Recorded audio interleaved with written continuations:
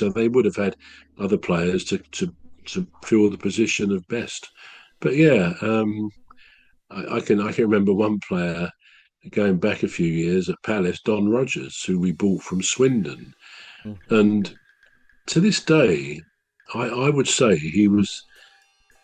I'm going to be careful. I would say he's, if not the best, he's one of my top 4 or 5 Palace players that I've seen. He was brilliant. He was a bit like George Best in a way, and he was only with Palace, I think, for a couple of years. But when he went, it was noticeable. The team was diminished by his absence, and so yeah, I do think it matters to a team if they lose one of their strong players. We've lost Eze, as you know, to Arsenal, Mhm. and we're not doing badly with results, but we do miss him. We miss the fact that he can come up with, like the goal he scored for England against Serbia, where he had to sort of reposition himself. It was a very well taken goal, and players of his quality can do that, which others may not be able to. So yeah, be interesting to see the impact Sesko does have by his Mhm. absence. I'm not sure I would attribute Liverpool's situation to Trent Alexander-Arnold. No. I mean, they started by winning their first 5 games, and we know since then they went through a bit of a downturn. Uh, I'm not sure I put it down to him because there were a number of new players. They'd lost a number of players, so maybe he was part of that mix of change. You know, change will often cause a lesser performance in any sphere, I guess. But they probably picked up now, and we'll see the Liverpool of old or last season coming through again. But yeah, it's certainly Alexander Arnold is a loss, and I'm pretty sure he'll do well at Real Madrid. Mhm. Mhm. Yeah. Now, just going back to Liverpool, or going to Liverpool now. So I was just thinking about the player that replaced Alexander Arnold at Newcastle.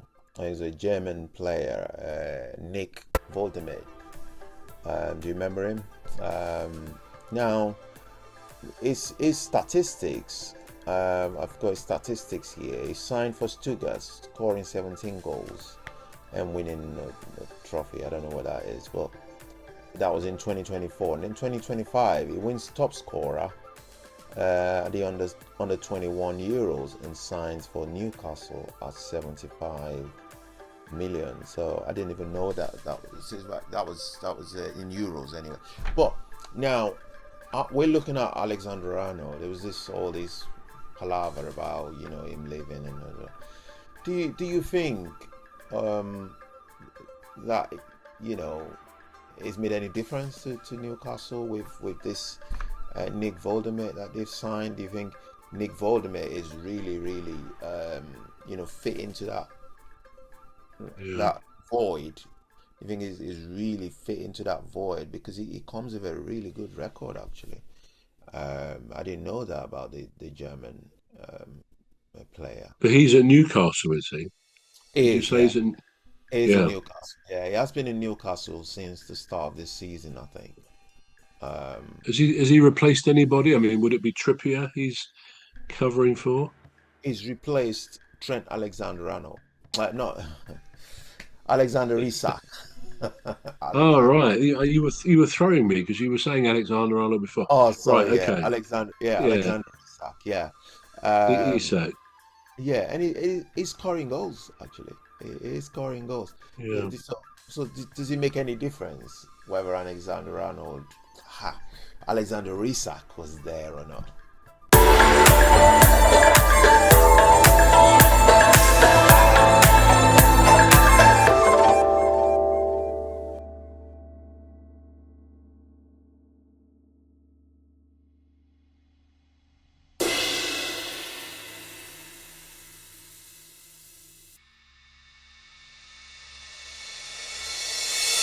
Or not?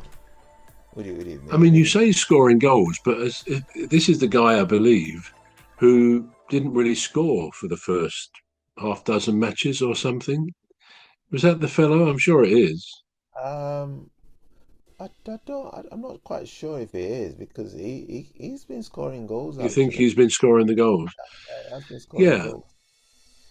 it's difficult, isn't it? Because we haven't really seen enough of Isak Yeah. to make any kind of comment on the success or otherwise of his move to Liverpool. Again, I've had this feeling that, as I did when they bought him, nothing against him, but that with Ekitike and other purchases they've made, um, Isak was almost in terms of numbers of players, was almost a bit of an unnecessary luxury, because it seems to me he'll either play Ekitike or Isak. Now, maybe I've got that wrong. Maybe he'll make one of them an inside forward or something like that. But I will put in Ekitike every time. I mean, I've seen him twice play in the flesh, and I can tell he's got something which most other players around the world don't actually have. He's quick, he's intelligent, he can pass the ball, he knows where the goal is, all those basic fundamentals. Now, I'm not saying Isak doesn't have that.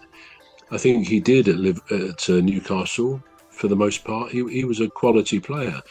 The question is whether he will be able to reproduce that at Liverpool if he's given enough opportunities, and if he's not finding his form and scoring goals once in a while or more than once in a while, will he get a chance anyway? And I've wondered, will his transfer? It could prove to be one of those where it doesn't really work out for various reasons. One, he's had this injury that may be down to his lack of pre-season training, which I think Arne Slot and or Eddie Howe said that the lack of training made him very vulnerable to muscle injuries, and that seems to be what has happened. Um, I don't know the player well enough that you talked about, who's replaced him at Newcastle.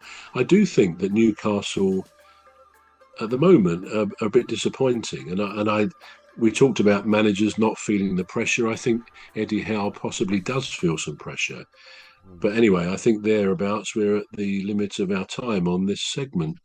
Yeah. So we're about to go into the part two of the football referee. So join us when we are going to the part two. We're going to talk about Semenyo and Florian Wirtz in comparison with how he's performed for the national team and is how he's performing at this current club. So join us as we transition into the second part or the second segment of this show. So see you on the flip side.